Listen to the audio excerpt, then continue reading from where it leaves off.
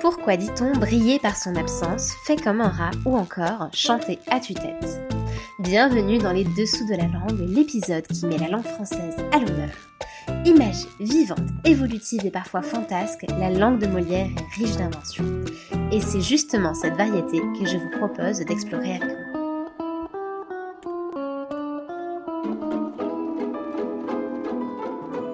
Bonjour à toutes et à tous, je suis ravie de vous retrouver aujourd'hui pour un nouvel épisode des Dessous de la langue, ce format court du podcast Les Dessous de la littérature, qui décortique 2 fois par mois l'origine d'une expression ou d'un mot de notre belle langue française. Et aujourd'hui justement, je vous propose de découvrir avec moi pourquoi on dit se faire l'avocat du diable. C'est une expression que j'utilise moi-même assez fréquemment et une position que j'aime d'ailleurs beaucoup endosser dans les discussions.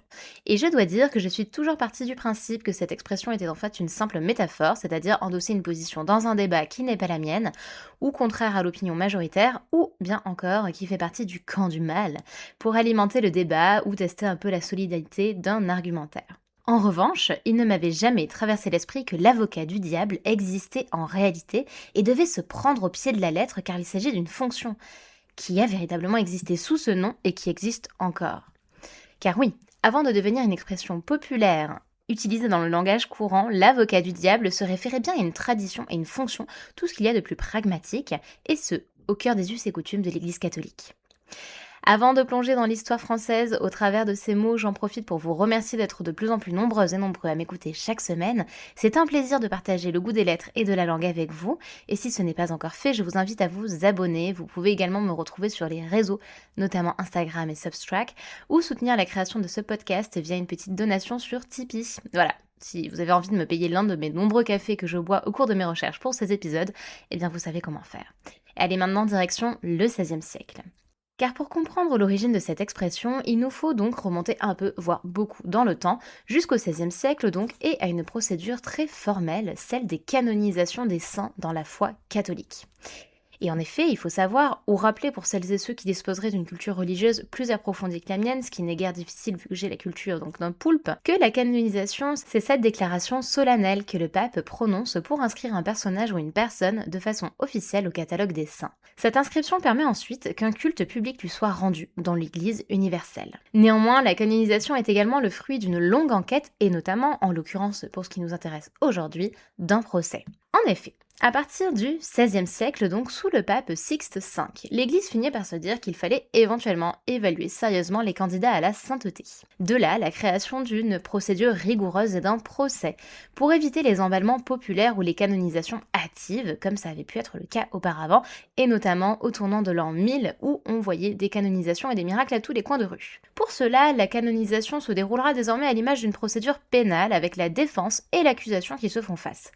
L'Église crée alors un poste officiel, celui de promotor fidei, c'est-à-dire le promoteur de la foi, dont le rôle était d'examiner minutieusement la vie, les miracles et les vertus du candidat, et surtout d'en trouver les potentielles failles. Il s'agissait véritablement d'un juriste ecclésiastique donc, qui devait chercher les incohérences, doutes, contradictions, et pointer en somme tout élément dans la vie du candidat à la canonisation qui contredirait une réputation de sainteté. Ce juriste se fait rapidement appeler et surnommer l'avocat du diable, puisqu'il endossait le rôle du contradicteur, celui qui devait apporter les arguments contre la canonisation. Face à cet avocat du diable qui s'opposait toujours à la cause du futur saint et jouait le rôle du scepticisme, se tenait l'avocat de Dieu, l'advocatus Dei, qui était en charge de prouver ses miracles. En somme, les deux parties incarnaient le débat contradictoire et le font toujours puisque ce procès en canonisation avec les deux fonctions précitées existe actuellement encore. Notre avocat du diable finira par sortir de son cadre religieux au XIXe siècle pour rejoindre la sphère mortelle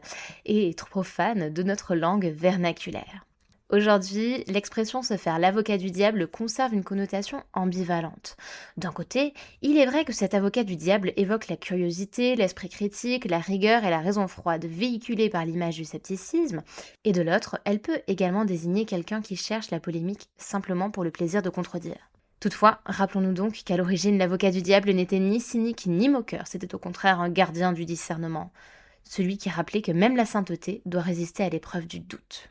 Bref, vous savez désormais pourquoi on dit se faire l'avocat du diable. J'espère que ce petit épisode des dessous de la langue vous a plu, que vous avez appris des choses.